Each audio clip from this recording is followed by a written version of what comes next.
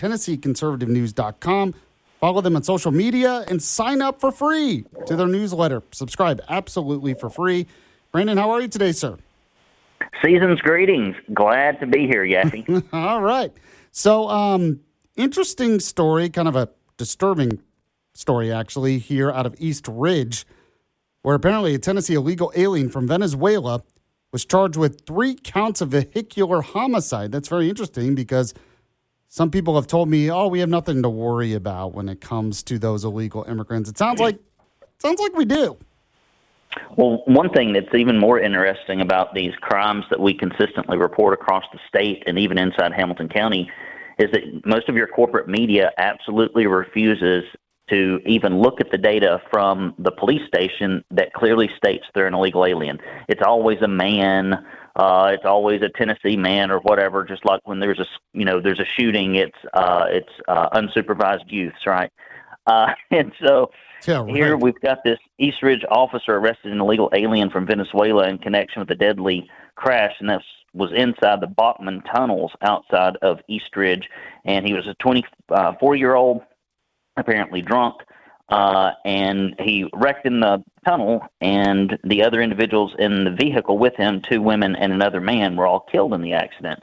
And so, the big reason, or the big question, rather, I think we should be asking is why are they here in the first place? And they're here because of jobs, they're here because of welfare benefits, and they're here because of taxpayer-funded education. And so we've repeatedly tried through conservative legislation to turn those magnets off in Tennessee. We've been unsuccessful because Republicans have killed it in committee. But I think the tone and tenor of the nation and the state is changing. I think we saw that with the scuttle of the continuing resolution that finally I think many GOP officials are on notice that more folks are paying attention and they want things to move in a different direction. Yeah, I know Democrats are just blaming Elon Musk, but it's not just Elon Musk. It's supporters. It's Trump supporters. It's their supporters who are tired of the status quo. Now, looking at this specific story, it says, let's give some people some of the details here. It says East Ridge officers arrested an illegal alien from Venezuela in connection with a deadly crash that occurred Saturday morning in the Bachman tunnels that connect the community of East Ridge to Chattanooga through Missionary Ridge. So the 24-year-old man was charged with 3 counts of vehicular homicide, along with driving under the influence, reckless driving, failure to maintain lane, and failure to exercise due care. 3 other individuals in the vehicle with them, 2 women and another man, were all killed in the accident. Just a horrific story, but kind of like what you said, just a tip of the iceberg of what we've seen in this country, especially in the last few years.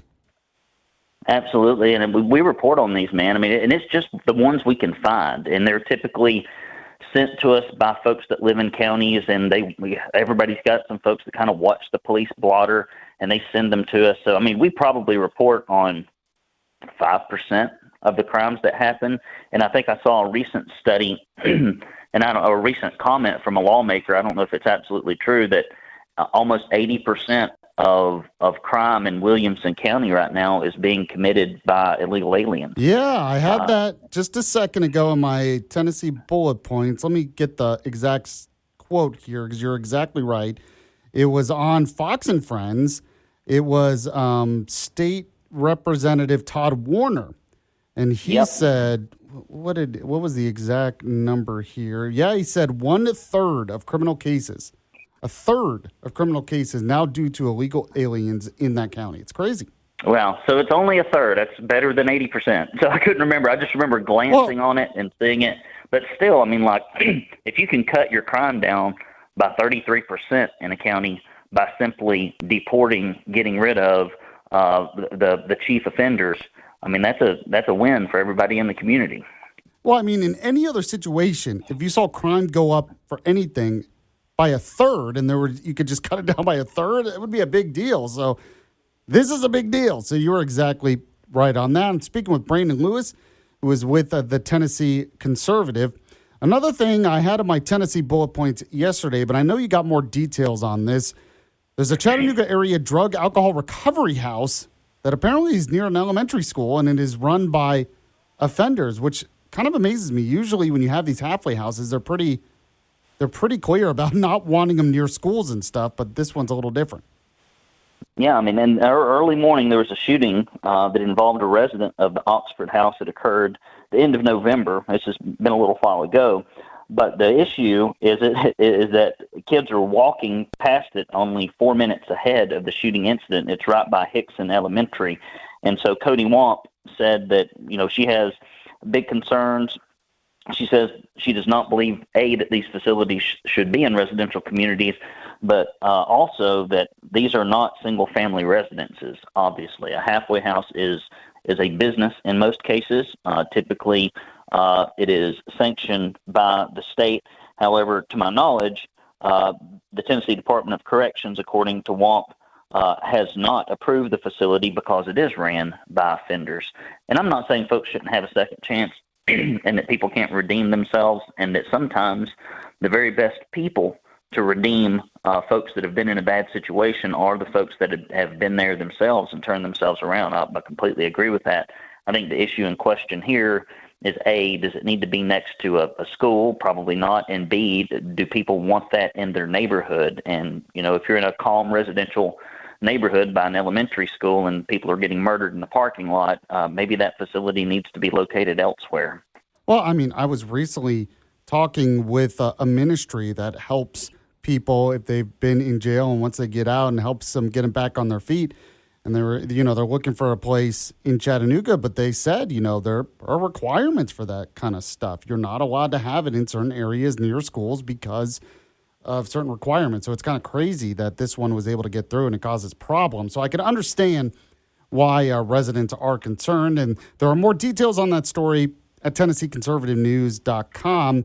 One thing I didn't say I was going to talk to you about ahead of time, but I saw you comment on it. There was the restaurant in Red Bank, a pizza place. I mentioned it yesterday as well. They decided not to cater a same-sex wedding. There's some backlash on online social media, but apparently they're doing better than ever now. People are showing up to support them. Well, yeah, I mean, there's a Chattanooga restaurant, and actually I got a text message about this from a friend of mine that goes to our church asking for prayers for them, and of course we ran this story. But essentially they're Christians, right? And if somebody comes to your business and says, we would like for you to prepare food for a celebration of two men or two women, if you believe in the Gospels, if you read what Scriptures say, it does not condone that. In fact, it does the exact opposite. And the only way people, in my opinion, can let this be in a church is if they read their Bibles with a Sharpie instead of a highlighter. And you have to just strike through all those passages. And so these folks are like, no, I mean, not in a disrespectful way, not in a hateful way. It's just no, thank you, I'm sorry. Here's some recommendations for some other folks. But of course, the book and cover is a local bookstore. They said that they're no longer to be partnering with the pizza shop, but they've had a huge influx of business and positive reviews because I think folks are tired of watching this woke gay mob push people around.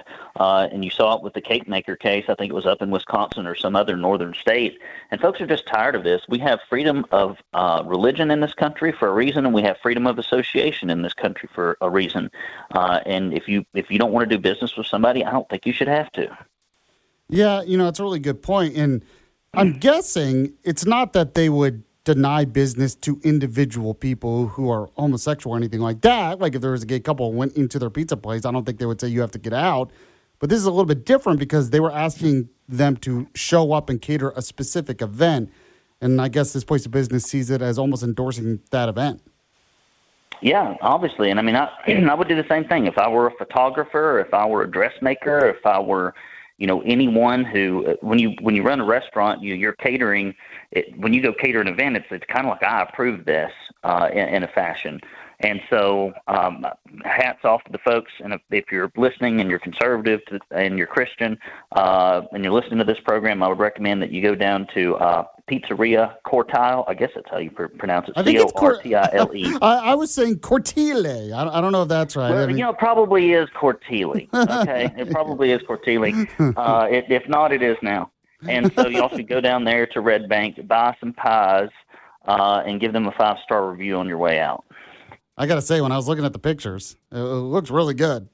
I'm just not going to lie there. It looks really good. I'm speaking with Brandon Lewis with the Tennessee Conservative. One last story I wanted to talk to you about. You have this on your site as well. Tennessee lawmakers are looking at water fluoridation. I keep wanting to call it fluoridization, but it's fluoridation.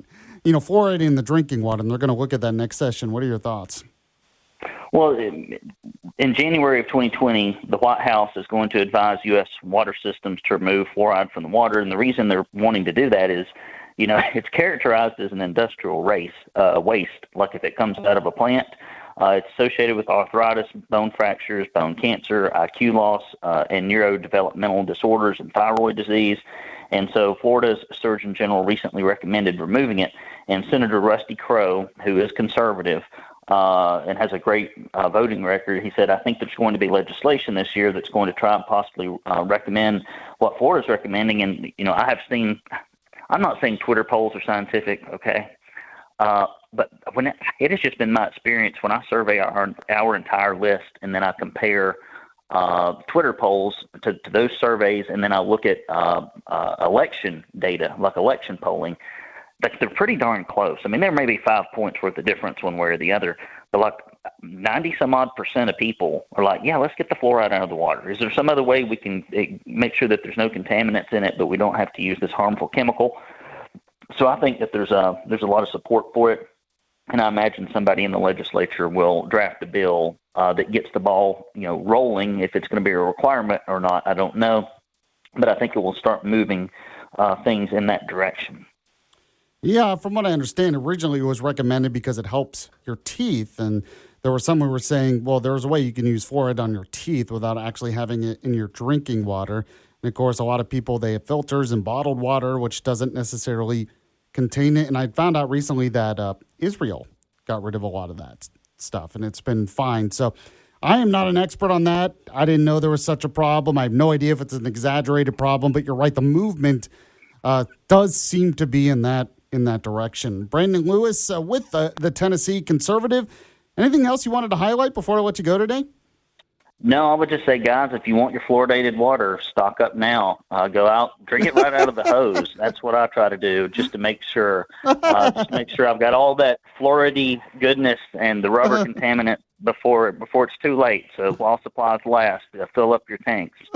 All right. Brandon Lewis. By the way, I keep seeing stuff on your side. You're trying to get a reporter to Nashville during the assembly this year, trying to make sure that happens. Yeah. And so if you appreciate conservative journalism, we are our state's largest and only conservative news alternative that tells you what's going on in your state government. So if you go to TennesseeConservativeNews.com/support, or if you just go to the website and hit the support button, we are in the middle of our annual fund campaign. We've got mailers out, text messages, etc. We do not have a single solitary conservative reporter in Nashville, but we have a lot of liberal, woke reporters in Nashville. And so we need to have at least one that's representing your typical GOP primary voter. So if y'all could help us get somebody up there, it would be to your benefit, and we'll bring you the stories right here that we uncover. All right. Go to TennesseeConservativeNews.com. Find out more about that. Brandon, I really appreciate you coming on as always. Probably won't be able to talk to you until after the first of the year, so have a Merry Christmas and a Happy New Year. Merry Christmas to you, buddy.